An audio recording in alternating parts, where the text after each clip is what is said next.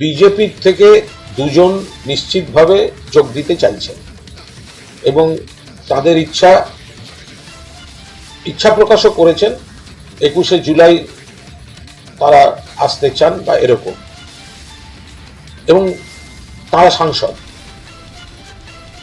কিন্তু সে বিষয়টা নেতৃত্ব মমতা বন্দ্যোপাধ্যায়, অভিষেক বন্দ্যোপাধ্যায় সিদ্ধান্ত নেবেন। তাছাড়া সরাসরি এলে সবে নির্বাচন হয়েছে, দলত্যাগ বিরোধী আইনে সেটা কি দাঁড়ায় সেগুলো ছাড়া তড়িঘড়ি কোনো ডিসিশন এখনই নেওয়া হচ্ছে না। তবে সেই দুজনকে বলা হয়েছে আপাতত পরবর্তী নির্দেশ না দেওয়া পর্যন্ত আপাতত বিজেপিতেই থাকতে।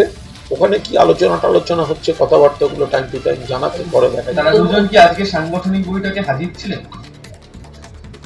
থাকার তো কথা, আমি কে ছিলেন না ছিলেন জানি না, কিন্তু তারা সেখানে থাকার কথা। আমি এ নিয়ে একটু কথা বলবো না।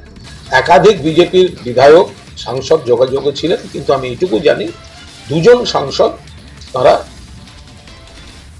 একেবারে 21শে জুলাইয়ের মঞ্চে আসারই আগ্রহ প্রকাশ করেছিলেন। দুজনেই গোটা বিষয়টা জানেন।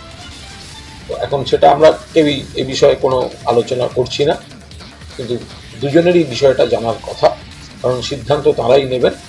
এখন যেহেতু সদ্য জিতে আসা, ফলে ওনাদের মেয়াদ এখনো আছে, এখন বিজেপি হাতে স্পিকার, ফলে তাদের সদস্য পদ নিয়ে কি করবে না করবে, ফলে খুব তাড়াহুড়ো না করে ওনাদের বলা হয়েছে যে আপাতত বিজেপিতেই থাকুন, ভেতরে যা যা হচ্ছে, মিটিংয়ে যা যা হবে, দিল্লির মিটিংয়ে যা যা হবে, এগুলো জানাতে থাকুন, তারপর দেখছি।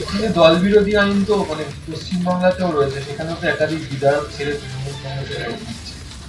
আরে সবের মধ্যে তফাৎ আছে, সমস্ত সব হাইলি টেকনিক্যাল সব ইয়ে আছে, কমা দাঁড়ি সেমিকোলনের তফাৎ আছে, সব কি আর এক হয়? নানা রকম তফাৎ আছে। মমতা বন্দ্যোপাধ্যায়ের নেতৃত্বে, অভিষেক বন্দ্যোপাধ্যায়ের সেনাপতিত্বে 21শে জুলাই ধর্মতলায় সমাবেশ হবে।